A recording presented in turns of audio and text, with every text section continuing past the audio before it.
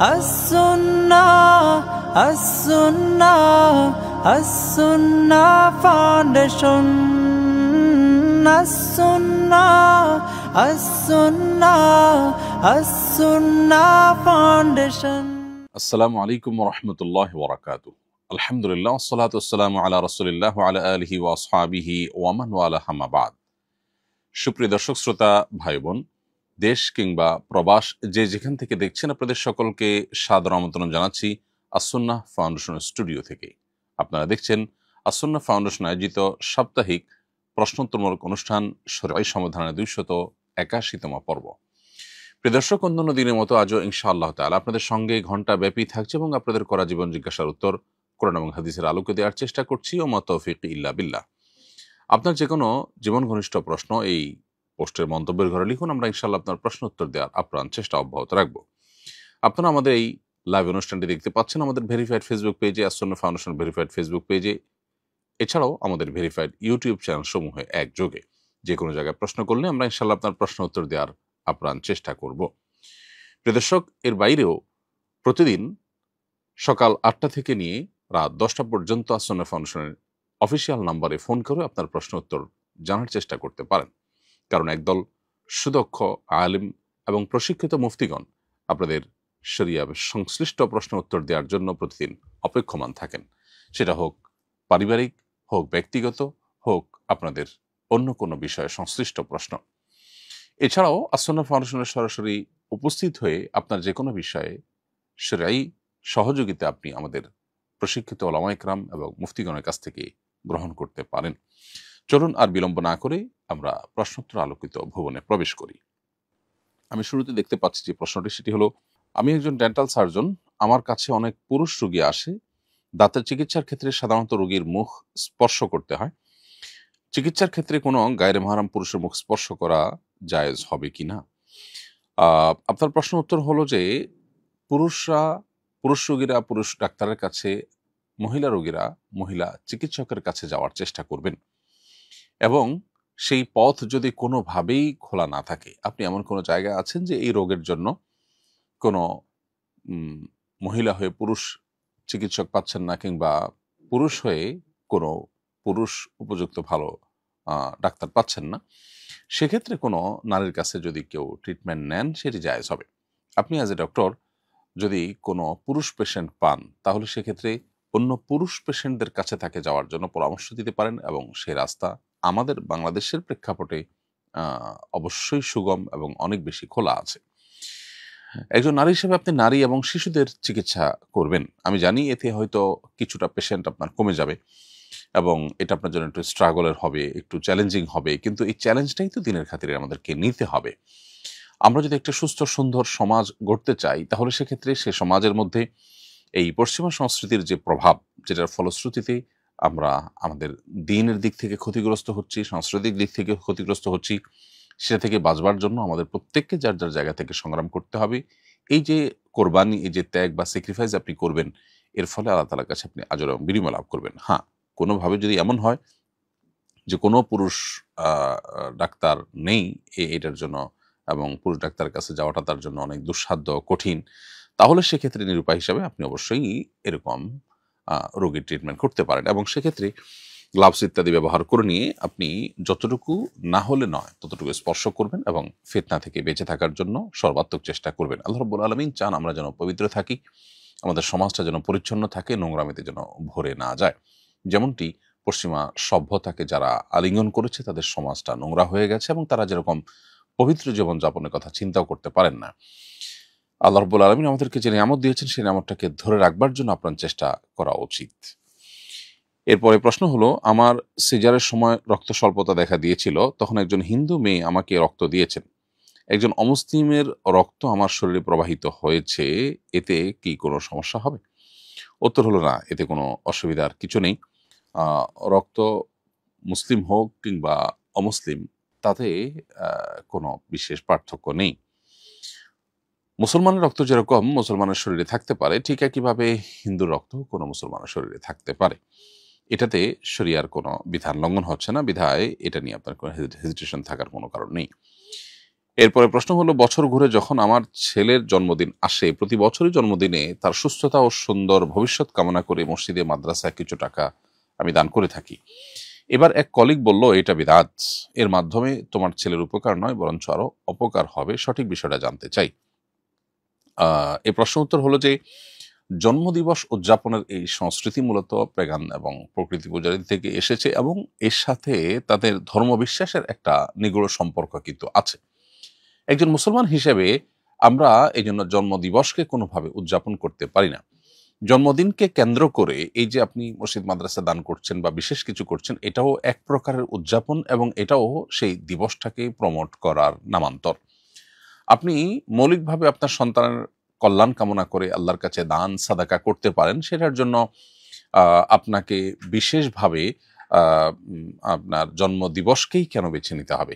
সারা বছরই আপনি দান করতে পারেন। যদি এমন হয় যে জন্মদিবসের দানটা আপনার কাকতালীয়, অর্থাৎ আপনি সপ্তাহ নির্দিষ্ট দিনে দান করে থাকেন, সেটা কাকতালীয়ভাবে জন্মদিবসে পড়ে গেছে, অথবা প্রতিদিন দেন সেই হিসাবে জন্মদিবসেও দিয়েছেন, তাতে অসুবিধা নেই। কিন্তু যদি জন্মদিবসকে কেন্দ্র করে দেন, তাহলে জন্মদিবসকে আপনি বিশেষভাবে উদযাপন করছেন এবং এই যে উদযাপন, সেটাও তো অমুসলিমদের সাথে সাদৃশ্য গ্রহণ। নবী সাল্লাল্লাহু আলাইহি ওয়াসাল্লাম পরিষ্কারভাবে আমাদেরকে বলেছেন, মান তাশাব্বাহা বিকওমিন ফাহুয়া মিনহুম, যে ব্যক্তি কোনো সম্প্রদায়ের মানুষের সাদৃশ্য গ্রহণ করবে বা কারোর মতো হওয়ার চেষ্টা করবে, সে কিন্তু তাদের অন্তর্ভুক্ত হয়ে যাবে। এজন্য এটা আপনার জন্য জায়েজ হবে না। তবে আপনার কলেজ যেটা বলেছেন বেদাত, এখানে বেদাত হওয়ার ইস্যু নেই, কারণ বেদাত আসলে কোনো ভালো কাজ কেউ যখন করে, কোরআন হাদিসে যেটা নেই সেটাকে সওয়াবের আশা যদি করে, আপনি নিশ্চয়ই জন্মদিবসে দান করলে সওয়াব হয় আলাদা, এরকম কোনো বিশ্বাস থেকে করেন না, যার কারণে বেদাতের সংজ্ঞাটা এখানে ফিট হবে না, বরং এটি নাজায়েজ এবং গুনাহের কাজ, যেটা আমাদের পরিহার করা উচিত। এরপরে প্রশ্ন হলো, সুদানে নির্মম গণহত্যা চলছে, প্রাণ ভয়ে বাড়ি ঘর ছেড়ে হাজার হাজার মানুষ পালিয়ে যাচ্ছে। মানবাধিকার সংস্থা কিংবা মুসলিম বিশ্বেরও কোনো কার্যকরী পদক্ষেপ তেমন চোখে পড়েনি। দেশে এত বড় মানবিক বিপর্যয়ে মুসলিম বিশ্বের কি কিছুই করার নেই? আপনি কি মনে করেন? খুবই দুর্ভাগ্যজনক একটি বাস্তবতা। সেটি হলো, আজ আমরা গোটা বিশ্বের মুসলমানরা আমাদের আইডেন্টিটি ক্রাইসিসে ভুগছি। আমরা আমাদের আত্মপরিচয় হারিয়ে ফেলেছি। আমরা নিজেদের পরিচয়কে নির্দিষ্ট ভূখণ্ডের সাথে পরিচিত করিয়েছি এবং ওর মধ্যে সীমাবদ্ধ করে ফেলেছি। ধরুন, আজকে কোনো মুসলিম দেশ, সৌদি আরব অথবা অন্য কোনো প্রভাবশালী মুসলিম দেশ, সেই দেশের কোনো একটা অঞ্চলে যদি এরকম ঘটনা ঘটতো, সেখানে যদি এরকম মানুষের উপরে আপনার জুলুম নির্যাতন স্টিম ট্রলার চলতো, সেখানে যদি এরকম হানাহানি হতো, তাহলে সেটার জন্য সে দেশটা কতটা মাথা ব্যথা করতো এবং সেটা থামানোর জন্য কত রকমের উদ্যোগ নিত। কিন্তু আজ জিনিসটা যেহেতু আরেক দেশে ঘটছে, সেজন্য সারা বিশ্বের বিভিন্ন দেশ বা ভূখণ্ড ভিত্তিক জাতীয়তাবাদের যে আপনার চক্কর, এই চক্রের মধ্যে থাকা মুসলমানরা আমরা মনে করছি যে আমরা তো সেফ আছি, এটা তো তারা বিপদগ্রস্ত। এই যে আমার দেশের হলে আমি একরকম ভাবতাম, একটু অন্য দেশের হওয়াতেই মানে শুধুমাত্র বর্ডারটা আছে সেজন্যই আমি তাদেরকে ভিন্ন কিছু ভাবছি। এটা হলো আমাদের যে আইডেন্টিটি পরিবর্তন করে দিয়েছে গ্লোবালাইজেশনের নামে পশ্চিমারা, সেটার একটা উজ্জ্বল উদাহরণ এটি। অতএব মুসলিম বিশ্বের মানুষজন, আমরা যারা আছি, আমাদের নেতৃবৃন্দ যারা আছেন, তারা যে এখানে চরমভাবে ব্যর্থ এবং তারা যে সত্যিকার অর্থে বলতে গেলে শুধু ব্যর্থই নয়, বরং তারা চেষ্টাই করেনি। সফলতা ব্যর্থতা তো পরের কথা। এবং তারা আল্লাহ তাআলার কাছে আসামি, এবং আমরা সবাই আল্লাহ তাআলার কাছে এর জন্য কম বেশি জবাব দিতে হবে এবং প্রশ্ন মুখোমুখি আমরা হব। এর পাশাপাশি আরেকটা বিষয় আমাদের মাথায় রাখতে হবে, সেটি হলো যে সেখানে, অর্থাৎ আফ্রিকার দেশগুলোতে কিন্তু আপনার পশ্চিমা বিশ্বের মোড়ল রাষ্ট্রগুলোর প্রচুর পরিমাণ কার্যক্রম আছে। আমরা জানি জাতিসংঘের তরফ থেকে আপনার সেখানে যে শান্তিরক্ষা মিশনের নামে পৃথিবীর বিভিন্ন দেশ থেকে যে সেনাবাহিনী এবং পুলিশ, আইন শৃঙ্খলা রক্ষাকারী বাহিনীর সদস্য এবং অফিসারদেরকে সেখানে নেওয়া হয়। কিসের জন্য? শান্তি রক্ষার জন্য। সেখানে কোন শান্তিটা তারা রক্ষা করেন? তাদের যে সমস্ত লুটপাট হয়ে থাকে আফ্রিকা থেকে, সেই লুটপাটে যারা বাধা দেয়, তাদের বিরুদ্ধে লড়াই করার মধ্য দিয়ে তারা তথাকথিত শান্তি রক্ষার মিশন পরিচালনা করে থাকেন। সত্যিকারের শান্তি রক্ষা তো তখনই হবে যখন সুদানের এরকম তাদের যে গৃহযুদ্ধ, ক্ষমতার দ্বন্দ্ব, সেটির ফলে যে সাধারণ মানুষকে গণহারে হত্যা করা হচ্ছে, এটিকে থামাবার জন্য যদি কোনো কার্যকর উদ্যোগ নেওয়া হয়। দুর্ভাগ্যজনকভাবে সেরকম উদ্যোগ নেওয়ার কোনো ন্যূনতম কোনো প্রচেষ্টাও তাদের চোখে পড়েনি। এরপরও আজকের এই পৃথিবীর তথাকথিত সভ্য দুনিয়ার আসল অসভ্য রূপ এবং মুখে ভালো ভালো কথা বলা আর বাস্তবে শুধুই লুটতরাজ করা এবং নিজেদের ক্ষমতা পাকাপোক্ত করা, সাম্রাজ্যবাদকে বিস্তার করা, এছাড়া অন্য কোনো টার্গেট যে তাদের নেই সেটি দিনের আলো মতো পরিষ্কার, কিন্তু আমরা এরপরও অনেকে বুঝতে পারছি না। এটি দুর্ভাগ্যজনক একটি বাস্তবতা। আমরা দোয়া করি আল্লাহ রব্বুল আলামিন সুদানের মানুষের কষ্ট দূর করে দিন এবং তাদের কষ্ট দূর করবার জন্য একজন মুসলিম হিসেবে আমাদের যে ন্যূনতম দায়িত্ব আছে সেই দায়িত্বটুকু আল্লাহ আমাদেরকে পালন করবার তৌফিক দান করুন। আমাদের বাসা 6 তলা বিল্ডিং, নিচতলা মসজিদ, দ্বিতীয় তলায় আমরা থাকি। চাইলে কি আমরা বাসা থেকে জামাতে শরীক হতে পারবো?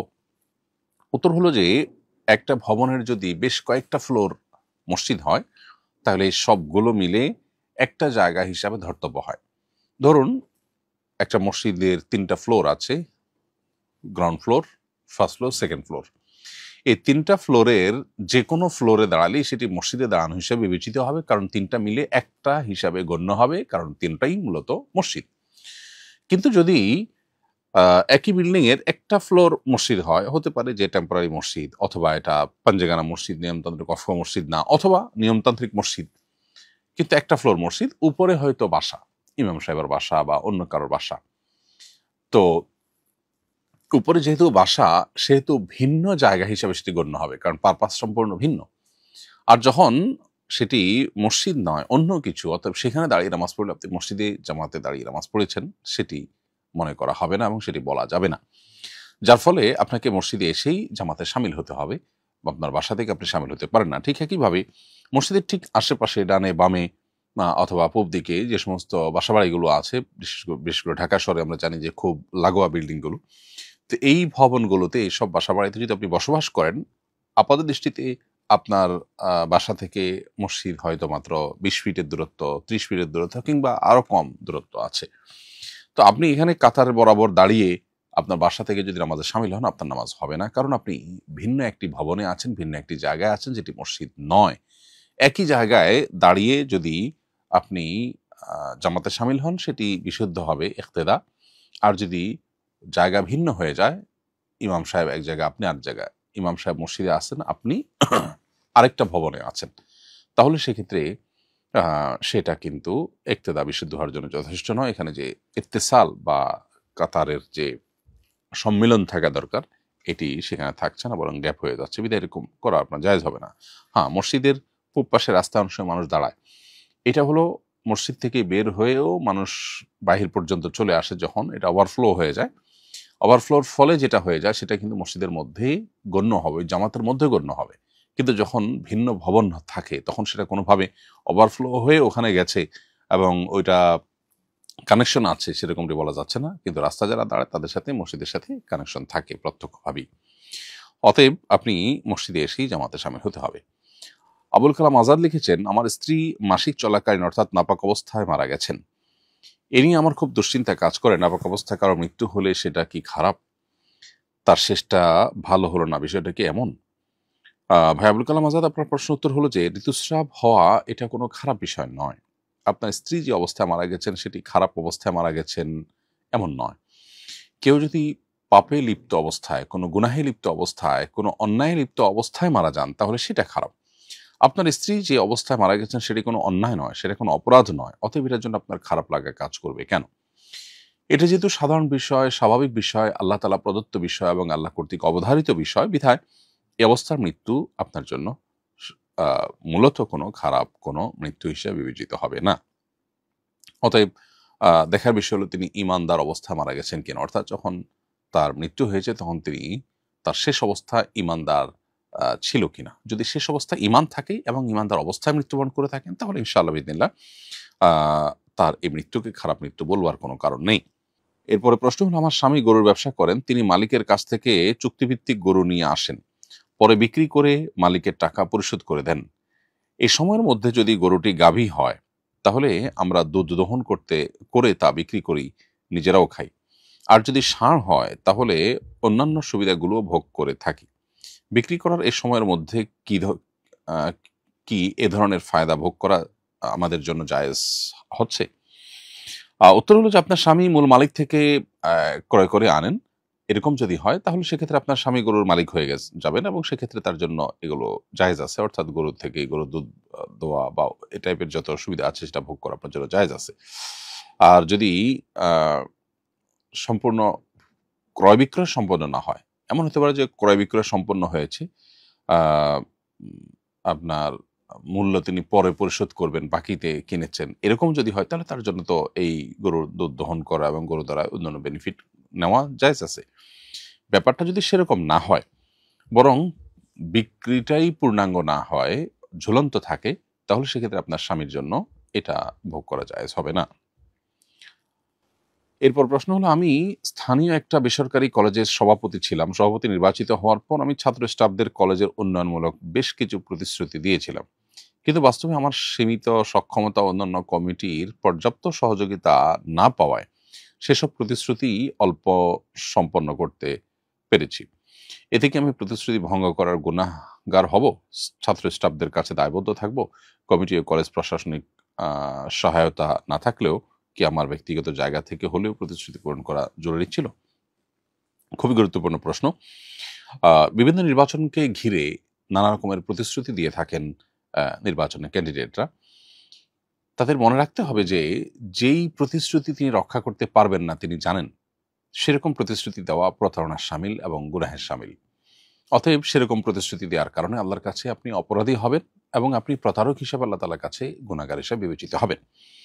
আর যে সমস্ত প্রতিশ্রুতিগুলো আপনার দ্বারায় পূরণযোগ্য এবং আপনার সদিচ্ছাও আছে আপনি করবেন, কিন্তু কোনো কারণে আপনি সেটি করতে পারলেন না, তাহলে সেক্ষেত্রে আল্লাহ তাআলার কাছে আপনি দায়ী থাকবেন না আশা করা যায়, এবং আল্লাহ তাআলার কাছে আপনি গুনাহগার হিসেবে পরিগণিত হবেন না। কারণ লা ইউকাল্লিফুল্লাহু নাফসান ইল্লা উসআহা, মানুষ ভালো কাজের প্রতিশ্রুতি করেছে কিন্তু সেটা করতে পারল না, এর জন্য তার দায় থাকবে না। বিশেষ করে যখন সহকর্মী বা সংশ্লিষ্টরা আপনার সহযোগিতা করেনি, তার ফলশ্রুতিতে আপনি আপনি এই পরিস্থিতির মধ্যে পড়েছেন, তাহলে তার দায় আপনার উপরে বর্তাবে না। কারণ আল্লাহ তাআলা কোরআনে কারিমে একাধিক জায়গায় বলেছেন, আল্লাহ তাজিরু ওয়াজরাতুন উযরা উখরা, কোনো পাপের বোঝা যিনি পাপী তিনি ছাড়া অন্য কেউ বহন করবেন না। অতএব যারা আপনার ভালো কাজে সহযোগিতা করেনি, প্রত্যক্ষভাবে আপনার অসহযোগিতা করেছে, তার দায় আপনার উপরে আসবে না।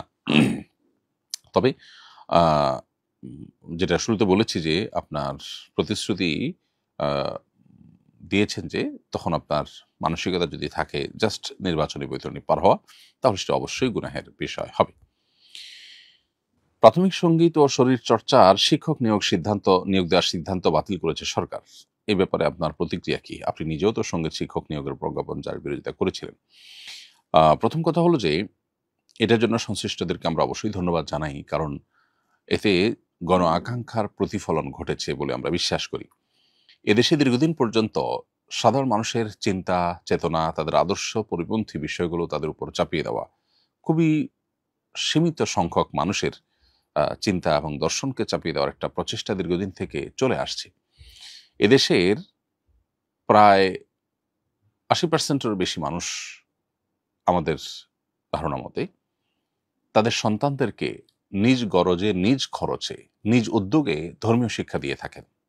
এখান থেকে কিন্তু মানুষের আকাঙ্ক্ষা এবং প্রত্যাশা পরিষ্কার যে মানুষ ধর্মীয় শিক্ষা দিতে চায়। কিন্তু প্রাথমিকে ধর্মীয় শিক্ষক নিয়োগ দেয়নি সরকার, কোনো সরকারই দেয়নি। যে জিনিসটি জনগণ চাচ্ছে দিনের আলো মতো পরিষ্কার, সেটি আপনি করছেন না। যে জিনিসটি জনগণ চাচ্ছে না সেটার প্রমাণ কি? সেটার প্রমাণ হলো যে এদেশের কত পার্সেন্ট মানুষ নিজের সন্তানকে গান শিক্ষা দেওয়ার জন্য নিজস্ব উদ্যোগ নেন। কয়জন মানুষ? অভিভাবকদের মধ্যে পার্সেন্টেজে আমরা কি 1%ও আনতে পারবো? তার মানে কি দাঁড়ালো? যে সন্তানকে গান শেখানো হোক স্কুলে, এটা এদেশের বেশিরভাগ মানুষ চায় না। তাদের অ্যাপ্রোচ থেকে বোঝা যায় পরিষ্কার। তারপরও আপনি সেটা চাপিয়ে দিচ্ছেন, অথচ অন্যান্য সাধারণ সাবজেক্টগুলো পড়ানোর জন্য পর্যাপ্ত শিক্ষকের ঘাটতি আছে দেশে, এবং যার ফলশ্রুতিতে এখনো পর্যন্ত প্রাথমিকে আপনার প্রচুর পরিমাণ শিক্ষক নেওয়া দরকার, বিশেষভাবে আপনার একেবারে সাধারণ যে সাবজেক্টগুলো আছে সেগুলোতেই। সেগুলো না করে আপনি বরং যেটা জনগণের কোনো প্রত্যাশা নেই, আকাঙ্ক্ষা নাই, কোনো ডিমান্ড নাই, একেবারে বাম ঘেঁষা এবং আপনার জনগণ থেকে বিচ্ছিন্ন যে মানুষগুলো, তাদের কিছু মানুষের আর্গুমেন্ট থাকে যারা পশ্চিমাদের বিভিন্ন এজেন্ডা বাস্তবায়ন করার জন্য কাজ করে থাকে, সেটাকে বাস্তবায়ন করার জন্য যারা এরকম উদ্যোগ গ্রহণ করেছে, সরকার উচিত তাদেরকে বিচারের আওতায় আনা, তাদেরকে জিজ্ঞাসাবাদের মুখোমুখি করা, কেন তারা এটা করেছে, কার কাছ থেকে কত টাকা খেয়ে তারা এটা করেছে, সেটি বরং বের করা দরকার। তবে সরকার যেটুকু করেছে সেটুকু অবশ্যই আমরা সরকারকে ধন্যবাদ জানাই। অতএব গণ আকাঙ্ক্ষার পরিপন্থী কোনো বিষয় চাপিয়ে দেওয়া এটা কখনোই ন্যায্য হতে পারে না। এই অন্যায্য কাজটা এদেশে দীর্ঘদিন থেকে চলে আসছে, এক্ষেত্রেও সেটি করার চেষ্টা করা হয়েছিল দুর্ভাগ্যজনকভাবে। তো সেটি যে আপাত দৃষ্টিতে আলহামদুলিল্লাহ বন্ধ হয়েছে, সেটি একটি সান্ত্বনার বিষয়। আমরা দোয়া করি আল্লাহ তাআলা আমাদের এই প্রিয় মাতৃভূমিকে নিয়ে যে পশ্চিমাদের ষড়যন্ত্র আছে সেটা থেকে আল্লাহ তাআলা আমাদেরকে হেফাজত থাকার তৌফিক দান করুন। এর পরের প্রশ্ন হলো, গত পরশু স্বামী স্ত্রী আমরা দুজনেই একসঙ্গে হিন্দু থেকে মুসলমান হয়েছি, আমাদেরকে এখন দুজনের আবার নতুন করে বিয়ে করতে হবে? উত্তর হলো যে, স্বামী স্ত্রী উভয় যদি অমুসলিম থাকেন, এরপর যদি তারা উভয় ইসলাম গ্রহণ করেন, তাহলে সেক্ষেত্রে তাদের নতুন করে বিবাহ আর করার দরকার নেই। সাহাবায়ে কেরাম রিদওয়ানুল্লাহি তাআলা আজমাইন তারা যখন সপরিবার ইসলাম গ্রহণ করেছেন নবী সাল্লাল্লাহু আলাইহি ওয়াসাল্লামের কাছে, তাদের কারোর বিবাহ নবী সাল্লাল্লাহু আলাইহি ওয়াসাল্লাম দ্বিতীয়বার পড়াননি, অর্থাৎ পূর্বের বিবাহের উপরে তারা বহাল ছিলেন। যদি এমন হতো যে স্বামী স্ত্রীর একজন অমুসলিম থেকে গেছেন আর একজন মুসলিম হয়ে গেছেন, অনেক সময় পর তিনি মুসলমান হয়েছেন, তাহলে সেক্ষেত্রে এই যে দুজন দুই ধর্মের, এক্ষেত্রে তাদের মধ্যে বিশেষ করে একজন মুশরিক আর একজন মুমিন যখন হন, তখন তাদের মধ্যে আর বৈবাহিক সম্পর্ক থাকে না। এখানে আপনাদের বিবাহ নবায়ন করবার কোনো প্রয়োজন নেই, কারণ দুজনে একসাথে ইসলাম গ্রহণ করেছেন। শরিয়ার মাসআলা হলো এরকম ক্ষেত্রে আগের বিবাহটাই যথেষ্ট হবে। এরপরে প্রশ্ন হলো, আমি নামাজে দরুদ মুখস্থ পারি না, সেক্ষেত্রে শুধু সাল্লাল্লাহু আলাইহি ওয়াসাল্লাম পড়ি, এতে কি নামাজ হবে?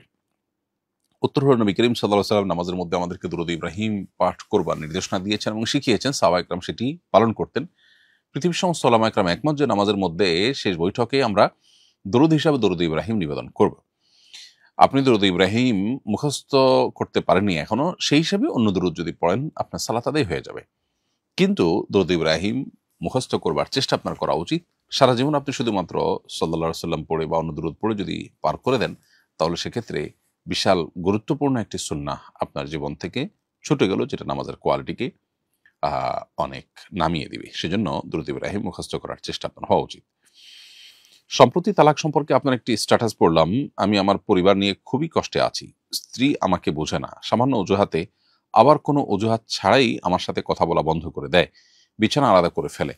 বেশ কিছুদিন যাবার পর আবার তার ইচ্ছে অনুযায়ী বিছানা একসাথে করে। এই মুহূর্তে আমার কি করা উচিত? আপনার পরামর্শ কামনা করছি। প্রথম কথা হলো যে, দাম্পত্য সম্পর্ক যখন খারাপ হয়ে যায়, তখন আল্লাহ রাব্বুল আলামিন আমাদেরকে পরস্পরকে নাসিহা করবার নির্দেশ করেছেন। আপনি হয়তো সেটি করেন, আরো কার্যকরভাবে তাকে নাসিহা করবার উদ্যোগ আপনি নেবেন। সেই সাথে আপনার মধ্যে কোনো সমস্যা আছে কিনা সেটি খুঁজে বের করার চেষ্টা করবেন। যদি আপনার সঙ্গীর মধ্যে এরকম কোনো সমস্যা দেখেন যে সমস্যাটা আসলে অস্বাভাবিক, আপনার মনে হয় যে তিনি এক্ষেত্রে আপনার হক নষ্ট করছেন অথবা তিনি ভুল করছেন, তাহলে সেক্ষেত্রে তাকে বোঝানোর জন্য আপনার নিজস্ব উদ্যোগের বাইরেও অন্য লোককে দিয়ে তাকে বোঝাবার চেষ্টা, কাউন্সিলিং করবার চেষ্টা আপনাকে করতে হবে। এরপরে যদি না হয়, তাহলে সেক্ষেত্রে অভিমানের পথে আপনি যেতে পারেন কোরআনের নির্দেশনা অনুযায়ী। অভিমানের পথে যেও যদি সংশোধন করা না যায়, তাহলে তৃতীয় পক্ষকে এখানে এঙ্গেজ করা, তার পরিবার, আপনার পরিবারের যারা বুদ্ধিমান সে সমস্ত বিচক্ষণ মানুষদেরকে এঙ্গেজ করে তাদের মাধ্যমে এটিকে সমাধান করবার চেষ্টা আপনি করতে পারেন। এরকম ধাপে ধাপে আপনাকে চেষ্টা করা উচিত। একান্ত যদি মনে হয় যে না, সমস্যা দিন দিন বেড়ে চলেছে, তাহলে সেক্ষেত্রে একসাথে থাকলে যদি আল্লাহর বিধান লঙ্ঘন হওয়ার উপক্রম হয়, গুনাহে লিপ্ত হওয়ার উপক্রম হয়, তাহলে সেক্ষেত্রে আপনার তালাকের চিন্তা আপনি করতে পারেন এবং সেক্ষেত্রে শরিয়া যেভাবে বলেছে সেই পলিসিতে আপনাকে অগ্রসর হতে হবে যদি দরকার হয়। তবে আপনার যেটুকু বর্ণনা পড়লাম তাতে মনে হয় না যে বিষয়টা এত জটিল। এরকম স্ত্রীকে হ্যান্ডেল করার জন্য কি কি পলিসি আছে, কি কি উপায় আছে, এক্সপার্টরা কি কি পরামর্শ দিয়ে থাকেন, সেগুলো আপনি আমলে আনতে পারেন। আমার ধারণা তার মাধ্যমে আপনি ভালো একটা ইনপুট পাবেন। আল্লাহ তাআলা আপনাকে ভালো একটা সমাধানের পথ হয়তো দিবে ইনশাআল্লাহ তাআলা। এরপরে প্রশ্ন হলো, ডাক্তার জাকির নায়েককে আপাতত বাংলাদেশ আসার অনুমতি না দেওয়ার সিদ্ধান্ত নিয়েছে সরকার। নিরাপত্তার দোহাই দিয়ে একজন দায়ীর আগমনের অনুমতি না দেওয়াটা কতটা যুক্তিযুক্ত? এই প্রশ্ন উত্তর হলো যে, ডাক্তার জাকির নায়েককে দেশের লাখো কোটি মানুষ ভালোবাসেন এবং অগণিত মানুষ তার বাংলাদেশে আসা এবং এখানে এসে বিভিন্ন প্রোগ্রাম করাটার প্রত্যাশা করেন। অতএব তার আশাটা মৌলিকভাবে প্রত্যাশিত এবং কাঙ্ক্ষিত এবং তার আশাটাই বরং স্বাভাবিক। তিনি সারা দুনিয়ার অন্যান্য মুসলিম দেশগুলোতে, মুসলিম প্রধান দেশগুলোতে গিয়েছেন, কিন্তু বাংলাদেশের মতো মুসলিম প্রধান দেশে তিনি এখনো আসেননি। সেটি আসলে অবাক করার মতো বিষয়। সরকার যে অজুহাত দিয়ে তাকে আসার ব্যাপারে এখন অনুমোদন দেয়নি এবং বলেছে নির্বাচন পরে আসতে পারবে, সেই অজুহাত নিয়ে আমার বক্তব্য হলো এখানে দুটি দিক আছে। একটি দিক হলো যে এটা ঠিক যে তিনি যদি আসতেন, বাংলাদেশ সরকার যদি নিরাপত্তা দেওয়ার জন্য সেরকম সিরিয়াস হতেন, তাহলে সেক্ষেত্রে এটা কোনো অসম্ভব বিষয় হতো না। অর্থাৎ একজন মানুষ আসলে তার অনুষ্ঠানকে ঘিরে যে নিরাপত্তা দেয়া, সেটুকু ব্যবস্থা করার মতো শক্তি সামর্থ্য অবশ্যই সরকারের আছে। সরকার যদি বিষয়টাকে খুব সিরিয়াসলি নিত এবং এটাকে খুবই পজিটিভলি দেখতো, তাহলে সেক্ষেত্রে এটার ব্যবস্থাও হয়তো করত। আমরা এর আগে দেখেছি বিভিন্ন এই সরকার আমলেই, ইন্টারিমের আমলেই বিভিন্ন গায়ক এবং বিভিন্ন ধরনের অ্যাক্টররা এসেছে এবং তারা পারফর্ম করেছে এবং এয়ারপোর্ট রোডে জ্যামের সৃষ্টি হয়েছে, বহু মানুষের সমাগম হয়েছে, সেগুলোতে নিরাপত্তা কিন্তু সরকার দিতে পেরেছে। অতএব এখানে যে সরকার চাইলে নিরাপত্তা দেওয়া একেবারে অসম্ভব ছিল, ব্যাপারটা এরকম না।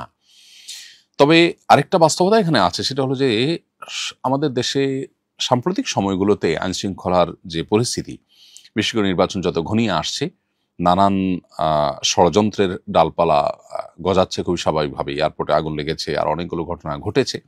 এগুলো থেকে বোঝা যায় যে বড় কোনো গ্যাদারিং, অস্বাভাবিক রকমের কোনো গ্যাদারিং যদি এই মুহূর্তে হয়, সেখানে কোনো অসাধু চক্র সেখানে কোনো দুর্ঘটনা ঘটিয়ে পরিস্থিতি ঘোলাটে করবার চেষ্টা করতে পারে। তো সেটাও আমাদের মাথায় রাখা দরকার এবং সেটিকে বিবেচনায় এনে তার এই আশাটা যদি আর 2-4 মাস পরে হয়, 2-4 বা 6 মাস পরে হয়, তাহলে সেটা আমার মনে হয় না মন্দ। এবং ইনশাআল্লাহ আমার বিশ্বাস তিনি বাংলাদেশে আসবেন আজ অথবা কাল। বাংলাদেশে তার আশা এবং তার দাওয়াতি কাজ করার সুযোগ আছে এবং সেই সুযোগটা দিন দিন আরও বাড়িতে হবে ইনশাআল্লাহ তাআলা। এরপরে প্রশ্ন হলো, আমি একটা সিনেমা হলের টিকিট কাউন্টারে চাকরি করি। আমি সিনেমা মুভি দেখি না, শুধু রোজগারের জন্য চাকরি করি। মেয়ে মানুষ আসলে যথাসম্ভব চোখও হেফাজত করার চেষ্টা করি, তবুও কি এর গুনাহ আমার হবে? উত্তর হলো, আপনি নিজের চোখ হেফাজত করছেন, গুনাহের কাছ থেকে বেঁচে থাকছেন, কিন্তু আপনি যে টিকিটগুলো সেল করছেন এর মাধ্যমে কিন্তু গুনাহ করবার কাজে আপনি দর্শকদেরকে সহযোগিতা করছেন। আল্লাহ রাব্বুল আলামিন কোরআন কারীমে পরিষ্কারভাবে আমাদেরকে বলেছেন, ওয়ালা তাআওয়ানু আল ইসমি ওয়াল উদওয়ান, পাপ এবং সীমা লঙ্ঘনের কাজে তোমরা কেউ কাউকে সহযোগিতা করো না। অতএব এখানে আমরা যে জিনিসটা দেখতে পাচ্ছি সেটা হলো যে আপনি আপাত দৃষ্টিতে নিজে গুনাহ করছেন না, এটা অ্যাপ্রিসিয়েটেবল, কিন্তু এটা অ্যাপ্রিসিয়েট যোগ্য হলেও আপনার কাটা টিকিট, আপনার দেয়া টিকিট বা আপনার সেল করা টিকিট দিয়েই মানুষ গুনাহ করবে। তো এই কাজ অন্য কেউ হয়তো করবে, সে দায়ী হবে। আপনি নিজে এই দায়টা আপনার কাঁধে নেওয়ার কোনো যৌক্তিকতা থাকতে পারে না, কোনো কারণ থাকতে পারে না। সেজন্য আপনার উচিত হবে এর বিকল্প কোনো উপার্জনের উপায় বের করা এবং অন্য কোনো চাকরিতে যাওয়া। এরপরে প্রশ্ন হলো, আমার 6 মেয়ে, একটি ছেলের আশায় আবারও সন্তান গ্রহণ করি, কিন্তু স্বামী বলে তুই একটা অলক্ষী, তোর ছেলে হবে না। তাই সে আমার 4 মাসের গর্ভ নষ্ট করতে বাধ্য করে এবং বাড়ি থেকে বের করে দেয়। আপনার কাছে আমার দুটি প্রশ্ন। এক, সন্তান ছেলে কিংবা মেয়ে হওয়ার ক্ষেত্রে মায়ের কোনো ভূমিকা আছে কিনা? 2, গর্ভ নষ্ট করে ফেললে কি মানুষ হত্যার গুনাহ হবে? প্রিয় বোন, আপনার প্রশ্নের উত্তর হলো যে ছেলে মেয়ে হওয়ার ক্ষেত্রে আসলে মানুষের হাত নেই। আল্লাহ রাব্বুল আলামিন কোরআন কারীমে বলেছেন, ইয়াহাবু লিমান ইয়াশাউ ইনাসা ওয়া ইয়াহাবু লিমান ইয়াশাউ যুকুর আও ইউযাওযিজুহুম যুকরানা ওয়া ইনাসা ওয়া ইয়াজআলু মান ইয়াশাউ আকীমা। আল্লাহ সুবহানাহু ওয়া তাআলা বলেছেন, আল্লাহ যাকে ইচ্ছা তাকে কন্যা সন্তান দেন, যাকে ইচ্ছা তাকে পুত্র সন্তান দেন, যাকে ইচ্ছা তাকে উভয়টা দেন, যাকে ইচ্ছা তাকে কিছুই দেন না। এই আয়াতে পরিষ্কারভাবে আল্লাহ রাব্বুল আলামিন এই বিষয়টাকে আল্লাহ তাআলা আল্লাহর ইচ্ছার উপরে নির্ভরশীল বলে আমাদের জানিয়েছেন। অতএব সন্তান মেয়ে হওয়া কিংবা ছেলে হওয়ার ক্ষেত্রে আসলে মায়ের কোনো ভূমিকা, এমনকি বাবার কোনো ভূমিকা সেভাবে নেই। অতএব আপনার স্বামী আপনাকে যে অভিযোগ দিচ্ছেন সেটি অহেতুক, অমূলক এবং অন্যায় অভিযোগ, এবং তিনি আপনার প্রতি যে আচরণ করেছেন আপনার বর্ণনা অনুযায়ী এটুকু যদি সত্য হয়ে থাকে, তাহলে অবশ্যই তিনি আপনার প্রতি অবিচার করছেন, অন্যায় করছেন এবং আল্লাহর কাছে তিনি দায়ী থাকবেন। এবং এই অন্যায়ের থেকে যেন তিনি তওবা করতে পারেন, আল্লাহ তাকে সেই তৌফিক নসিব করুন। আপনাকে আল্লাহ তাআলা আবার সুখের সংসার ফিরে পাওয়ার তৌফিক দান করুন, আমরা দোয়া করি। আর দ্বিতীয় আপনার যে প্রশ্ন সেটা হলো যে গর্ভের সন্তান নষ্ট করার কারণে মানুষ হত্যার গুনাহ হবে কিনা। সন্তানের মধ্যে যখন প্রাণ সঞ্চারিত হয় গর্ভের সন্তানের মধ্যে, তখন সে সন্তান নষ্ট করা আর মানুষ হত্যা করা একই জিনিস, কারণ প্রাণ চলে আসার পর সে পূর্ণাঙ্গ প্রাণী বা মানুষ হিসাবে আপনার ভূষিত হয়, আখ্যায়িত হয়। ওই সময় সেই সন্তান নষ্ট করা, গর্ভস্থ সন্তান নষ্ট করা, এটা ভয়াবহ ব্যাপার। অতএব 120 দিন আপনার বর্ণ অনুযায়ী হয়ে গেছে, এরকম অবস্থায় সন্তান নষ্ট করা অবশ্যই ভয়াবহ গুনহের ব্যাপার হয়েছে। এই জন্য স্বামী যত জোরই করুক, আপনার সেটা করা উচিত হয়নি। আপনার সাধ্যের শেষটুকুন দিয়ে আপনি লড়ে যাওয়া উচিত ছিল। সেটা আপনি কতটা করেছেন যদি আমি জানি না, তারপরও আমি বলবো আপনাকে, যদি এখানে আপনার নিজের অন্তত সেখান থেকে পালিয়ে গিয়ে হলেও এই গুনাহ থেকে বাঁচার সুযোগ থেকে থাকে আর সেটি আপনি গ্রহণ না করে থাকেন, তাহলে আল্লাহর কাছে আপনি এখন তওবা করবেন, কায়মের বাক্যে ক্ষমা চাইবেন, এবং আপনার স্বামী যে অপরাধ করেছে তার জন্য তিনি আল্লাহর কাছে অবশ্যই জবাবদিহিতার মুখোমুখি হবেন। এবং এ ধরনের গুনাহ থেকে আমাদের বেঁচে থাকার চেষ্টা সবারই করতে হবে। প্রিয় দর্শক, দেখতে দেখতে অনুষ্ঠানের ঠিক মাঝামাঝি পর্যায়ে আমরা পৌঁছে গেছি। সময় হয়েছে ছোট্ট একটি বিরতিতে যাওয়ার। বিরতির পর আমরা আবারও ফিরে আসছি শরীর সমাধান অনুষ্ঠানে। আশা করছি আমাদের সঙ্গেই থাকবেন। ব্যক্তি স্বাবলম্বী না হলে পরিবার এগোবে না, পরিবার না এগোলে সমাজ এগোবে না, সমাজ না এগোলে রাষ্ট্র থমকে দাঁড়াবে। তাই ব্যক্তিকে স্বাবলম্বী করে তুলতে আস-সুন্নাহ ফাউন্ডেশন স্বাবলম্বীকরণ প্রকল্প হাতে নিয়েছে কয়েক বছর আগে। এই প্রকল্পের আওতায় শুধু 2024 সালেই 2052 জনকে 30,000 টাকা মূল্যের স্বাবলম্বী উপকরণ দেওয়ার পর বেশিরভাগই ঘুরে দাঁড়িয়েছে। 2025 সালে দক্ষ দরিদ্র জনগোষ্ঠীকে 50,000 থেকে 3 লক্ষ টাকা মূলধন উপকরণ দেওয়ার কার্যক্রম ইতোমধ্যেই শুরু হয়েছে। অসহায় এই সব মানুষের ঘুরে দাঁড়ানোর গল্পে আপনিও অংশীদার হন।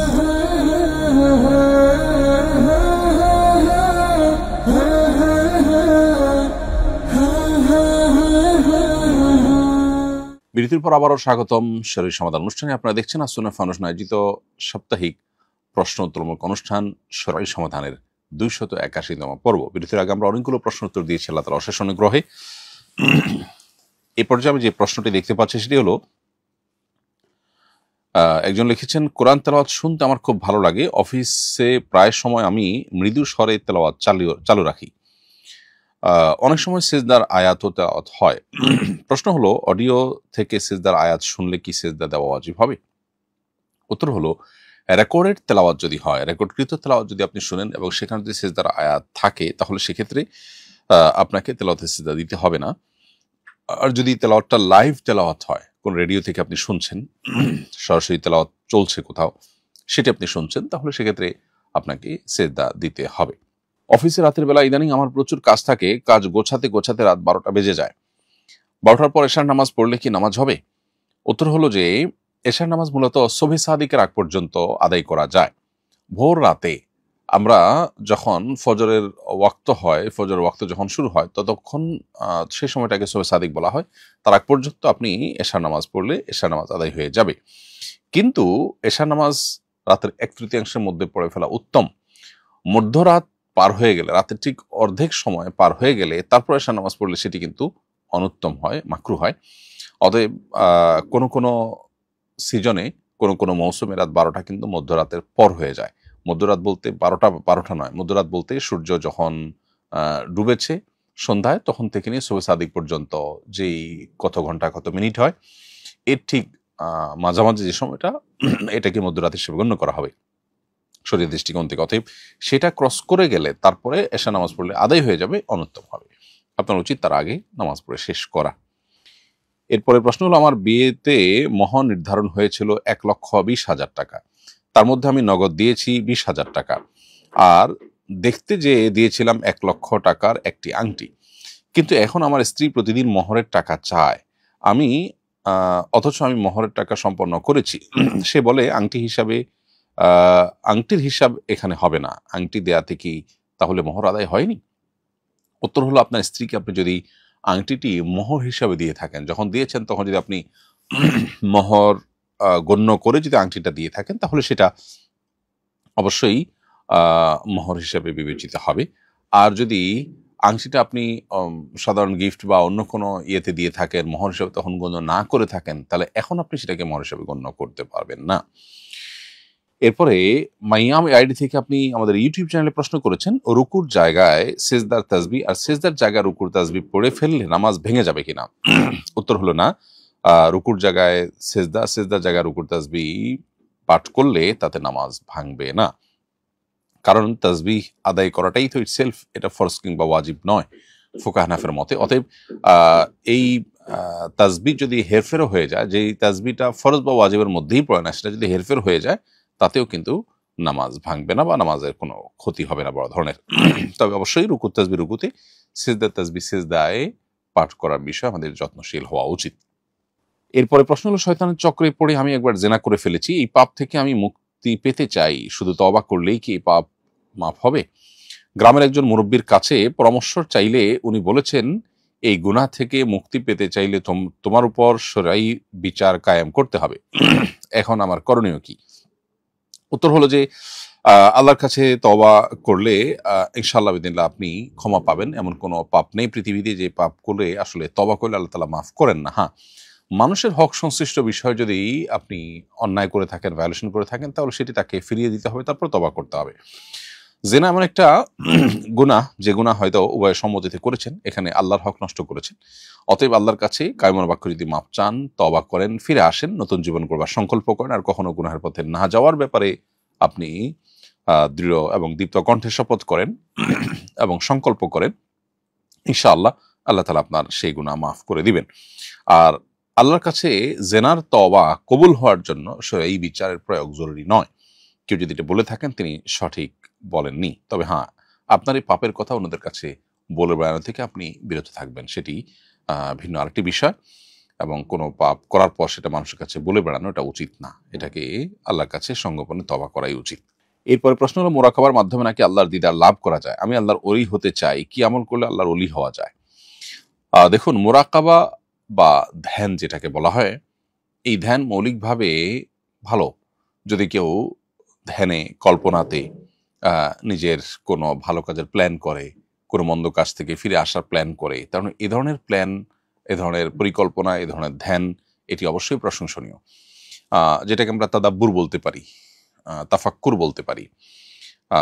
কিছু সময়ের জন্য চিন্তা ভাবনা করা, প্ল্যান প্রোগ্রাম করা, আল্লাহ তাআলার সাথে মনে মনে কথা বলা, এই বিষয়গুলো অবশ্যই প্রশংসনীয়। কিন্তু ধ্যানের নামে আজকাল অনেক কাজ হয় যেগুলো যোগব্যায়াম সংশ্লিষ্ট, যেগুলো হিন্দু ধর্মের অনেক রিচুয়ালের সাথে সংশ্লিষ্ট, সেগুলো অবশ্যই পরিত্যাজ্য।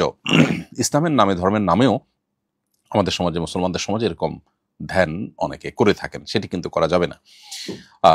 নবী করিম সাল্লাল্লাহু আলাইহি সাল্লাম এবং সাহাবায়ে কেরাম তাদের যে আপনার তাফাক্কুর, তাদাব্বুর বা চিন্তা ভাবনার যে জগতে তাদের বিচরণ ছিল, সেক্ষেত্রে আপনার এই যোগব্যায়ামের যে আপনার তথাকথিত ধ্যান বা আপনার হিন্দুদের রিচুয়াল হিসাবে যে ধ্যান আছে, তার সাথে আকাশ জমিন পার্থক্য। এখানে কল্পনার জগতে আল্লাহ তাআলার কাছে সহযোগিতা চাওয়া, সাহায্য চাওয়া, আল্লাহকে স্মরণ করা, নিজের ভালো মন্দ হিসেব মেলানো, এই বিষয়গুলোর আপনার দৃষ্টান্ত বা উদাহরণ নবী সাল্লাল্লাহু আলাইহি ওয়াসাল্লামের জীবনে পাওয়া যায়। কিন্তু এর বাইরে যেটি বলেছি আমি, নিষিদ্ধ যে সমস্ত ধ্যান আছে সেগুলো কিন্তু নবী সাল্লাল্লাহু আলাইহি ওয়াসাল্লামের জীবনে পাওয়া যায় না। বিধায় ধ্যানের নামে এমন কিছু করা যাবে না যেটা আসলে ইসলাম আমাদেরকে অ্যালাউ করে না, যেটা দিন শেষে মুশরিকরা শয়তানের সাথে কানেক্টেড হওয়ার জন্য, শয়তানের সহযোগিতা পাওয়ার জন্য যে কাজ করে, সে কাজ করা যাবে না। আপাত দৃষ্টিতে এই ধরনের ধ্যানের সুফলও হয়তো তারা পায়, হতে পারে এই ধরনের ধ্যান করে আপনি সুফলও পাচ্ছেন। সুফল পেলেই যে সেটা ভ্যালিড বা সেটা কোরআন এবং হাদিস কর্তৃক অনুমোদিত, ব্যাপারটা কিন্তু সেরকম না। আর আল্লাহর ওলি বা আল্লাহর বন্ধু হতে চাইলে আল্লাহর প্রতি ঈমান আনয়ন করা এবং আল্লাহর আনুগত্য প্রদর্শন করা এবং আল্লাহর আনুগত্যশীল হওয়া, এটার কোনো বিকল্প পথ নেই। অতএব ওলি হওয়ার একমাত্র পথই হলো আল্লাহ তাআলা আদেশ নিষেধগুলোকে মান্য করে চলা, নবী সাল্লাল্লাহু আলাইহি ওয়াসাল্লামের সুন্নাহগুলোকে মেনে চলা। আল্লাহ তাআলা বলেছেন, আল্লাহু ওয়ালিয়ুল্লাযীনা আমানু, যারা ঈমানদার, যারা ঈমান এনেছে, আল্লাহ তাদের ওলি, আল্লাহ তাদের বন্ধু। অতএব আপনি আল্লাহর ওলি বা বন্ধু হতে হলে আল্লাহর প্রতি ঈমান আনয়ন করা এবং আল্লাহর অনুগত হওয়া, এই পথে আপনাকে হাঁটতে হবে। এর বাইরে কোনো রিচুয়াল করেই ওলি হওয়া যাবে এরকম না। অনেকে আছেন নামাজ কালাম পড়েন না, কিন্তু ধ্যান করে ওলি হয়ে যেতে চান, এটি ভুল পথ। বিধায় কোরআন এবং হাদিস আমাদেরকে যে পথ বাতলে দিয়েছেন, নবী সাল্লাল্লাহু আলাইহি ওয়াসাল্লাম যেভাবে আল্লাহর প্রিয়পাত্র হয়েছেন, সাহাবীদেরকে যেভাবে প্রিয়পাত্র হওয়ার সবক দিয়েছেন, শিক্ষা দিয়েছেন, আমাদেরকে সে পথেই কিন্তু হাঁটতে হবে। এরপর রিক্তানুর আপনি আইডি থেকে লিখেছেন, নামাজের মধ্যে কাশি এসে মুখে কফ জমে গেলে করণীয় কি? কফ গিলে ফেললে নামাজ হবে কিনা? উত্তর হলো যে কফ গিলে ফেললে কোনো অসুবিধা নেই, এবং নামাজের মধ্যে যদি কাশির সাথে কফ এসে যায় তাহলে সে কফ আপনি ফেলবারও সুযোগ নেই, অথবা এটা গিলে ফেলাটাই হলো স্বাভাবিক। এর ফলে নামাজের কোনো ক্ষতি হবে না। এরপরে প্রশ্ন হলো, আমার ছেলে জন্ম থেকে পাগল হয়েছে, এখন 16-17 বছর বয়স। সুযোগ পেলে অন্য মানুষের ক্ষতি করে, এলাকার বাচ্চাদের মারধর করে, এ কারণে শিকল দিয়ে বেঁধে রেখেছি। কিন্তু ও সারাক্ষণ আমাদের অভিশাপ দেয়, আর আমরাও একের পর এক বিপদে পড়ছি। এই বিপদগুলোর সম্মুখীন হচ্ছে কি তার অভিশাপের ফলে? কিন্তু যদি ছেড়ে দেই তাহলে তো অন্যদের ক্ষতি করবে। এখন আমরা কি করতে পারি জানাবেন প্লিজ। আল্লাহ তাআলা আপনার ছেলেকে সুস্থতা দান করুন, শেফা দান করুন, আমরা দোয়া করি। তাকে যদি ট্রিটমেন্ট করার কোনো সুযোগ থাকে তাহলে তার ট্রিটমেন্ট করাবেন। এমনকি বিষয়টা জিন ব্ল্যাক ম্যাজিকের কোনো সমস্যা কিনা সেটা নিরূপণ করবার জন্য বা সেটাকে ডায়াগনোসিস করার জন্য আপনি কোনো রাখির শরণাপন্ন হতে পারেন বা সেলফ রুকিয়া করতে পারেন। আর এর পাশাপাশি যদি তার ট্রিটমেন্টের পরও কোনো পরিবর্তন না হয় এবং আপনি যেমনটি বলেছেন যে অন্যদের ক্ষতি করে বেড়ায়, তাহলে সেক্ষেত্রে তাকে আপনি আটকে রাখাটা দোষের বিষয় নয়। ইন্নামাল আমালু বিন্নিয়াত। আপনি কোনো কাজ যখন করছেন সেটা উদ্দেশ্য কি সেটা দেখার বিষয়। শিকল দিয়ে বেঁধে রাখা একটা মানুষকে, এটা বাহ্যিক দৃষ্টিকোণ থেকে অন্যায়। কিন্তু যখন অন্য বহু অন্যায়ের পথ বন্ধ করবার জন্য এছাড়া আপনার কাছে আর কোনো পথ থাকে না, তখন সেটা অন্যায় থাকে না, বরং সেটি বিধেয় এবং আপনার জন্য জায়েজ একটি কাজ হয়। অতএব তার বাঁধনটা যাতে তার জন্য কষ্টকর না হয় সেইভাবে দেওয়ার চেষ্টা করবেন, অথবা বাঁধন ছাড়াও যদি অন্য কোনোভাবে তার ক্ষতি থেকে মানুষকে বাঁচাবার জন্য কোনো উপায় থাকে তাহলে সেই উপায় আপনি অবলম্বন করবেন। এক কথায় আপনি চেষ্টা করবেন তার ক্ষতি থেকে অন্যদেরকে বাঁচাবার জন্য, এবং সেটা করতে গিয়ে যদি আপনার কোনো উদ্যোগ নিতে হয় আর কোনো উপায় না থাকে সেটা ছাড়া, তাহলে সেক্ষেত্রে সেটা অন্যায় হবে না। এবং এই ক্ষেত্রে তার যে অভিশাপ, সে অভিশাপে আপনার কোনো ক্ষতি হবে না। অন্যায় বা অযৌক্তিকভাবে কেউ অভিশাপ দিলেই যে সেটা লেগে যাবে বা ক্ষতি হয়ে যাবে ব্যাপারটা সেরকম না। আপনার জীবনে যে সমস্ত ক্ষতি আপনি দেখতে পাচ্ছেন সেটি হয়তো অন্য কোনো কারণে। স্ত্রী আমার মাসিক ইনকাম আয় ব্যয়ের হিসাব জানতে চান, এ নিয়ে আমাদের ঝগড়াঝাটি লেগেই থাকে। শরীয়ত অনুযায়ী স্ত্রীর কাছে আমার মাসিক ইনকাম এবং আয় ব্যয়ের পাই টু পাই হিসাব দিতে আমি বাধ্য কিনা? অবশ্যই আপনি বাধ্য না। আপনি শরিয়ার দৃষ্টিকোণ থেকে স্ত্রীর ভরণ পোষণ, স্ত্রীর যে মৌলিক প্রয়োজনগুলো আছে সেগুলো পূরণ করতে আপনি বাধ্য। সেগুলো করবার পর আপনি স্ত্রীকে অতিরিক্ত আপনার আয় ব্যয়ের সমস্ত হিসাব তথ্যপাত্র সাবমিট করতে হবে এমন কোনো বাধ্যবাধকতা শরীয়ত আপনার জন্য রাখে নাই। স্ত্রী এখানে যে জোরাজুরি করছেন সেই জোরাজুরিটা তার জন্য ন্যায়সঙ্গত হচ্ছে না। কিন্তু স্বামী স্ত্রীর সম্পর্কের মধ্যে সবকিছু আসলে দরা বাঁধা নিয়মের মাধ্যমে চলে না, বরং নিজের লিগ্যাল অধিকারকে অনেক সময় ছাড় দিয়ে দাম্পত্য সম্পর্ক ভালো রাখার চেষ্টা করতে হয়।